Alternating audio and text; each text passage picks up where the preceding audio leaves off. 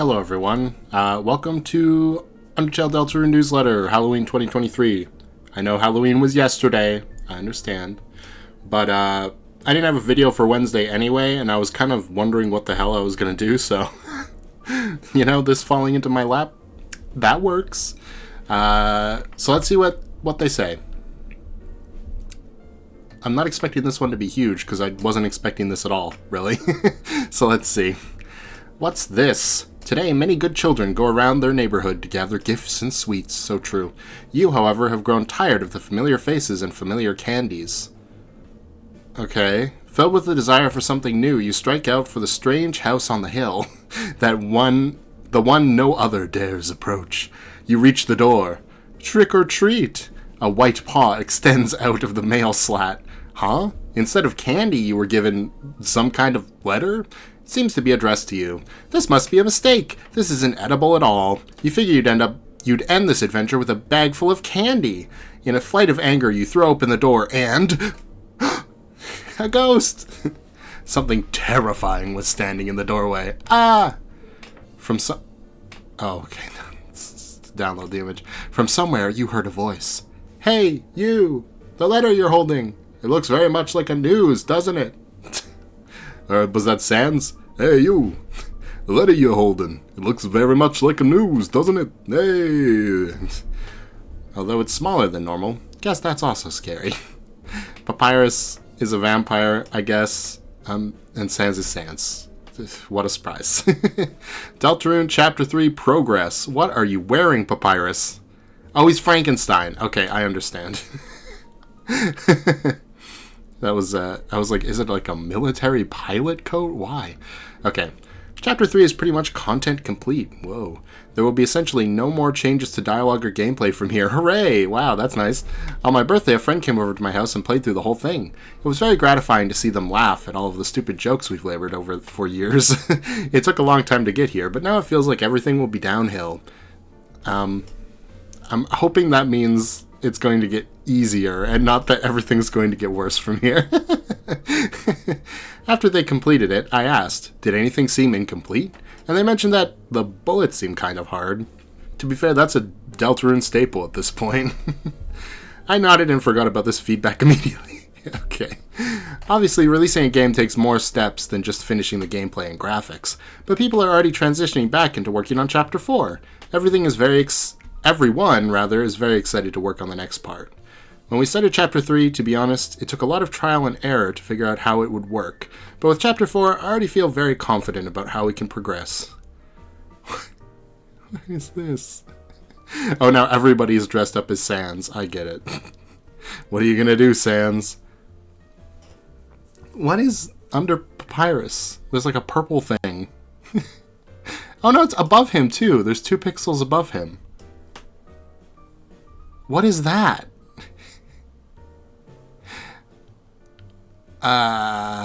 Something. That shade of purple? I don't think there's anything in the game that shade of purple, but I don't know, maybe you guys know and can tell me. Game release strategy. Oh no, they dressed up as each other. It's okay, they didn't body swap. I was like, oh no, Freaky Friday. So now that Chapter 3 is nearing completion, I think it's a good time to rediscuss how we will release Deltarune for purchase. My original plan was to release Chapter 3, 4, and 5 together. However, the finish line of Chapter 5 is still pretty far off, and I don't think anybody really wants to wait that long to release anything. Especially me. Oh my. So new strategy. No more waiting for Chapter 5. Instead, we're going to focus on putting Deltarune out for purchase once we finish Chapter 4. That should make everything a bit more reasonable. Chapter 4 already has a very substantial amount of cutscenes and enemy work done. Also, I've hired a new producer whose entire job it'll be to speed up the overall game development for future chapters, so I feel very optimistic about the next steps of this project. That being said, I think I'm going to pause on more detailed development updates for now. Instead, I'll just let you guys know if the development's getting close to completion or if something funny happens. Cool. They've also dressed up as each other. And Alphys is happy. Interview Chapter 2 development team. Okay, well, before that, let me just talk about this. Yay! I mean, I'm a person who's like, take as long as you want at this point. I know for people who are probably younger than me, time seems to move super slowly, you know what I mean? It's like, oh god, every day I wish Deltarune Chapter 3 would just release. But for me, the days fly by anyway, so by the time I'm thinking about it again, who knows? It might already be here. Plus, it gives me more time for theories before they all get deconfirmed. That is interesting, though, because in my mind, and here comes the theory brain back into the building, I always thought we were getting Chapter 3 through 5 because it was like a little arc of the story, you know what I mean? Chapter 3 we already know is kind of a palate cleanser, sort of, like it's going to be a fun chapter with less harsh tones, I guess. I don't know, than like Snowgrave. I think that was mentioned in one of the newsletters. Which, okay, that makes sense. Some mini games, some fun before we get into the bulk of the story. So I always assumed Chapter 4 would be the start of some arc around maybe Noelle's dad dying or something like that. And then Chapter 5, we'd finally meet the Knight, and it would be like the showdown with the Knight before we transition into Chapter 6 and 7, which is like the end game where we, fight the real villain. But maybe that's not correct then. Because Toby's willing to release Chapter 4. Or maybe Toby's just okay with leaving us on a cliffhanger now. You know what I mean? Because I do feel like Chapter 4 is going to be a pretty significant cliffhanger. And Chapter 5 is also going to be sort of a cliffhanger, because it's like, okay, where do we go from here? But a little bit less so, which is why I thought it might be sort of rounding out that way. But maybe that means I'm totally wrong, and Chapter 5 is just a normal chapter, and we actually fight the Knight in, like, Chapter 7 or something, I don't know. Anyway, moving on. Interview, Chapter 2 development team. Aww. Look at that. Toriel's so happy. I think that's the most happy I've ever seen her, ever. Oh, and you can see that the little Deltarune logo is sewed on to Frisk's outfit. Cool. All right, back to Halloween. Ready for a scary fact? No! Halloween is technically the 5th anniversary of Deltarune. Yeah, crazy. That was scary, wasn't it? For this special day, I've interviewed some of the development team of Deltarune Chapter 2. Let's reminisce on some standard memories about developing the game. Okay, let's. These are fun sprites. Okay, well, I guess I'll read the interview first. Oh, it's going to be smaller. Oh, it's also not being recorded. Well, good thing I checked. Hold on. Where did it go? Hello? Okay, I'm not allowed to record it, apparently. My computer won't let me record it. I need to make like a whole new window capture. That's just sad. Hold on. There's copy. Okay. Paste. Yep. There it is. Okay, I got it. It's off-centered slightly. Oh no, I changed the other one. There we go. We're good. Maybe a little bit this way. Oh, it's never mind. Whatever. We'll just go with this. Fred Wood, a game developer from San Antonio, Texas, joined early on in Chapter 2, mostly handles overworld stuff.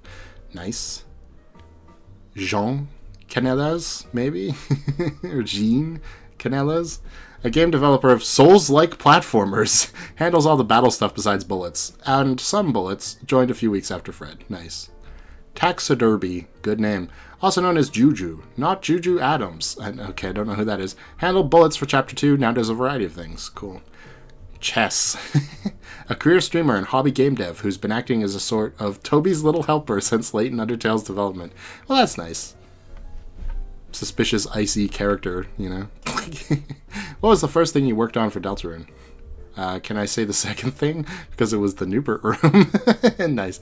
On the second day of work, I put together the room where you meet Newbert for the first time. I had no context for who he was, but I knew I loved him. I'm so glad everyone loves Newbert now. Yeah, I can tell you love Newbert, yeah. The Giga Queen Encounter. True trial by fire. Yeah, that's crazy. Spent the first 2 weeks programming and designing the boss with Toby, playing Super Punch-Out, and fighting people on the street for experience. Very helpful. Taxi. I joined the core team very early, so I was actually working on developing bullets before Chapter 2's development started proper. A few things I worked on haven't been showed yet. Chess. The first thing I did for Deltarune was, I think it was the original Dark World sprites for Chris and Susie in Chapter 1. GG had already done the character design part, but the only sprites that existed at the time were Light World ones. Toby wanted me to make some base Dark World sprites for Temmie to work from. Ooh, I like the colors on the initial attempt. More normal ones, some differences from final game. Let me see if I can figure it out. Well, it's not symmetrical for one. It's like Susie standing slightly offset, which I don't think that's how she is in the regular game. I don't know. I don't know if I'll be able to catch anything else, really. Yeah. But I like the original color scheme on the... I can get how that'd be kind of... Like, if the whole world was designed like that, it would be visually stunning, but also probably hurt my eyes. I think if you just flip the hair out, and it'd probably be pretty cool, but I don't know. It's interesting. Shiny form Susie. So I made a couple of Dark World Susies and a Battle Idol and Slash concept for Dark World Chris. My way overdone Slash concept. It's been fun to see so many arbitrary decisions I made in these original sprites carried forth for the rest of the game, as well as fan works, etc., i.e. the blue shading on Chris's mantle and their pink sword. Oh. Cool. I mean, I guess it makes sense, because, like, there's no reason the sword really has to be pink. It's technically made of graphite, you know? So yeah, cool. What was your favorite thing you worked on for Chapter 2? One of my favorite bits to work on in Chapter 2 was all the vase shenanigans. Great. Vases on wheels, Susie kick you vases, and especially the vase race. I think making it to the end of the vase race without dropping it is one of the hardest and most satisfying things in the game, and designing and testing the layout of that room to feel just possible was a delightful balancing act of its own. Nice. There's so many, but my favorite might be making Spamton Neo get angry if you use a certain cheat. That is a good feature, yeah.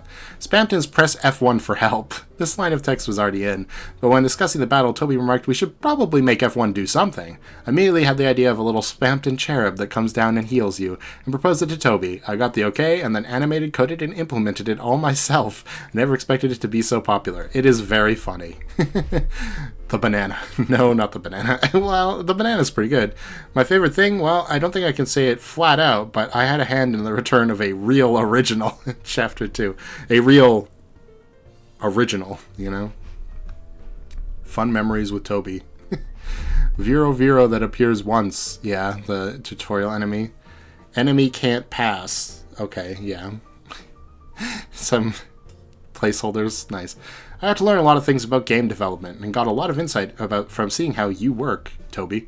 It helped me become a much better programmer. My least favorite thing was when you decided that all of your quick design notes would be sent in the Joker Man font in bright, illegible colors. It's great, yeah. It wasn't all of them, just some of them for a while. During a group playthrough of Chapter 2, Spamton's shop came up, and I mentioned I hadn't seen it yet. Toby exclaimed, "You haven't?" and put everything on hold to show it to me right away. He was right to do so. Yeah, it's pretty good. When Toby needs to explain the plot of a chapter to us, rather than having us each skim a written plot summary, he'd basically act out a live radio drama of the entire chapter himself. He'd read all the dialogue aloud with character voices, play the appropriate music for each scene, the works.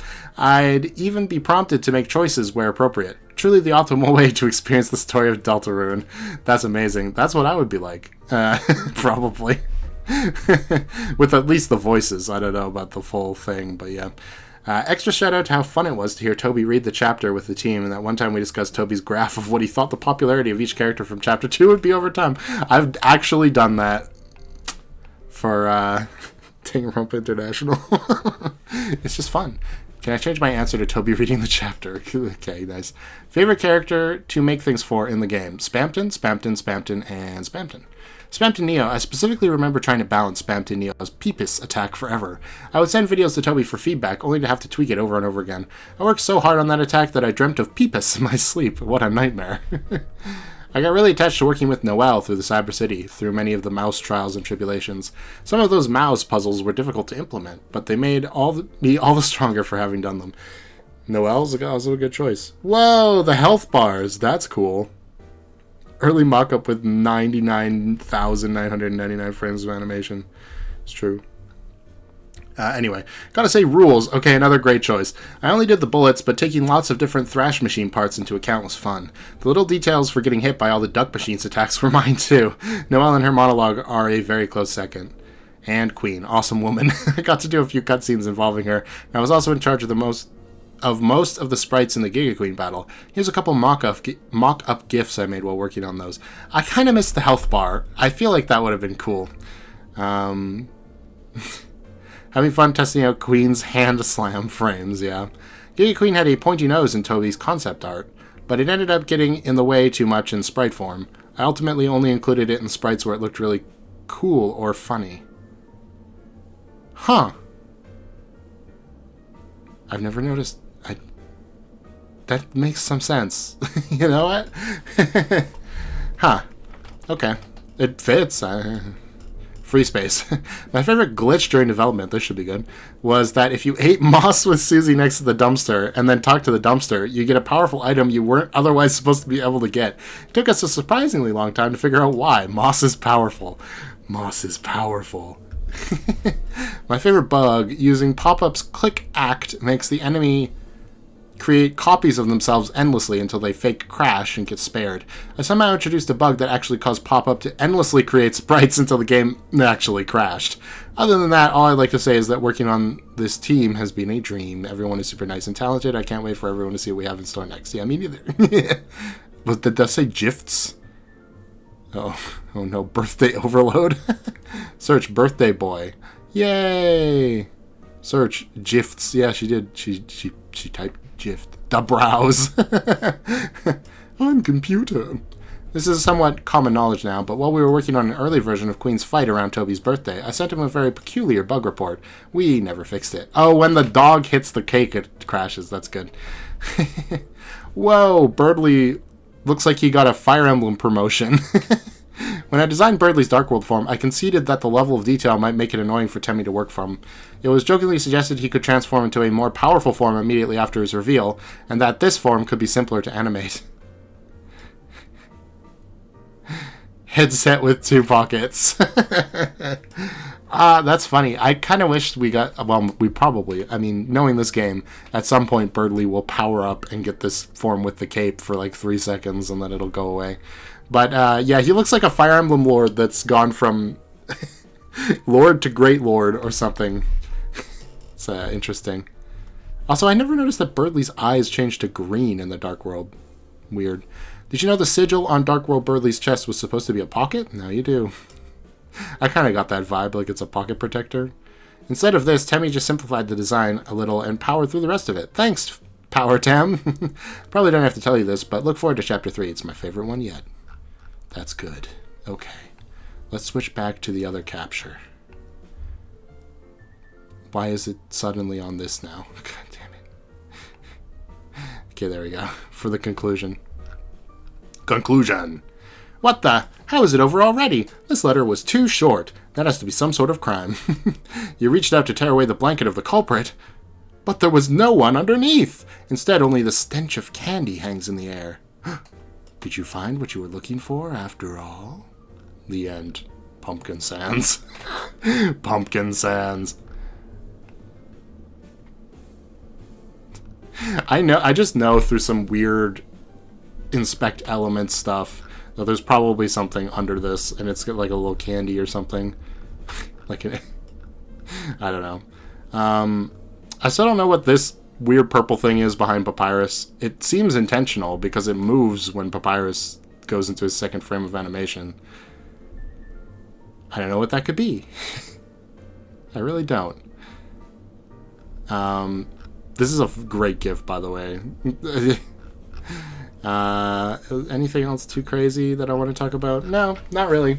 I already talked about how it's cool we're going to get the chapters early and my weird theory stuff about that, so I think that's pretty much it. You know, it's impressive, alright?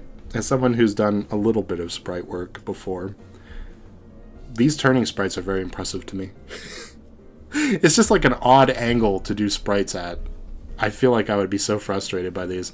The easiest would probably be Alphys, because she's got a very defined head shape that you can use. But like Papyrus's is so good, it's shocking to me.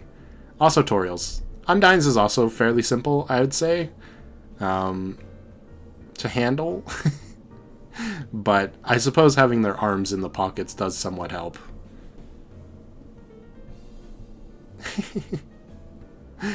I like Toyo. Toyo's got like a little bit of a disapproving face on, so does Papyrus.